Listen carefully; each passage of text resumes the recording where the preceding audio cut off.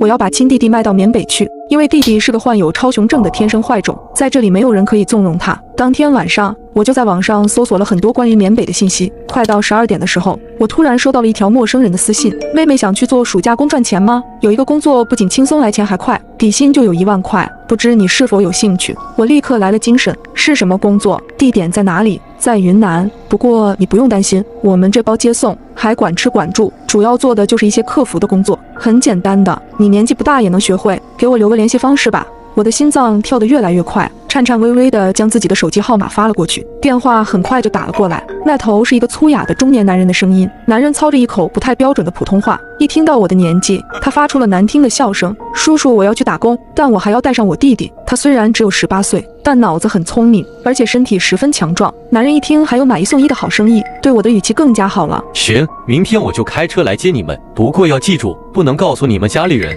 你们放心，叔叔不是骗子，等过完暑假就会把你们好好的送回来。我和男人约定好了时间和地点，但心里却发起了愁，要怎么把弟弟骗过去呢？他警惕性非常的强，平日里更是不会轻易信我的话。第2天，爸爸开车送我和弟弟去医院看望妈妈，路上他反复叮嘱我要照看好弟弟，不要再让弟弟惹事。爸爸似乎把弟弟刺伤妈妈的责任都怪在我头上了，他认为是我没有看好弟弟。我一声不吭，因为我知道就算我做再多辩驳也没有用，这就是我的原生家庭，发烂发臭到骨子里。送下我们2人后，爸爸立刻返回了自己公司。妈妈的情况已经好转了不少，可她还不适应用一只眼睛看东西，脾气变得非常的暴躁。小象，给我削个苹果。我应了一声，拿起苹果时却不小心弄掉在了地上，不料妈妈竟破口大骂起来：废物，拿苹果都拿不稳，生你有什么用？妈妈似乎把一切坏情绪都发泄到了我身上，而弟弟不知道跑到哪里去了。我心里愈发急躁起来，我必须要在5点前把弟弟骗到车站。就在这个时候，我突然听到了楼下传来了弟弟的哀嚎声。我和妈妈赶紧来到楼下，一个身材强壮的男人红着眼睛，正死死地抓着弟弟的衣领，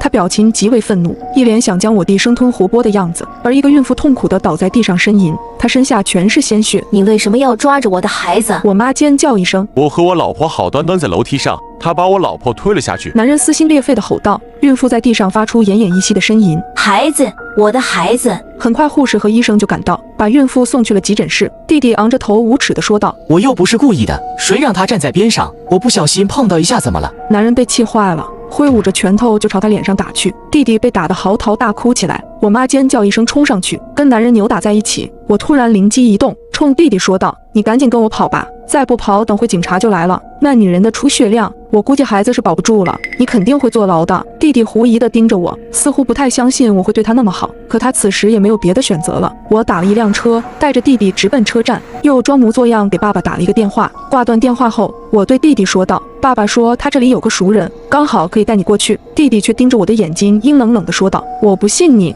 我耸了耸肩膀，当着他的面，我给爸爸又打了一个电话。我确实没有说谎，爸爸确实有一个熟人在附近。我开了免提：小杰，你怎么这么不听话？快去你李叔叔那里躲躲。听到爸爸的声音之后，弟弟才逐渐放松了警惕。我左右张望了一下，看见一个身材矮小的男人正站在原地四处张望。我一眼就认出了这个男人正是和我联系的那个男人，他旁边停着一辆黑色的面包车。我压低声音对我弟说道：看清楚前面没？那就是爸爸的朋友，你过去吧，快点。妈刚刚发信息跟我说，警察已经在调监控了。弟弟这才慌张地跑过去，眼看着弟弟离男人越来越近，我也给男人打了一个电话：叔叔，我弟已经到了，就那个穿着棕衣服长得高高的，你先送他过去吧。我妈住院了，我走不开，我就先不去了。我看着弟弟被男人带上了面包车，我的心里说不出是什么滋味。我慢悠悠地回到了医院，我妈已经鼻青脸肿地躺在病床上，一见到我，她立刻焦急地问道：你弟弟呢？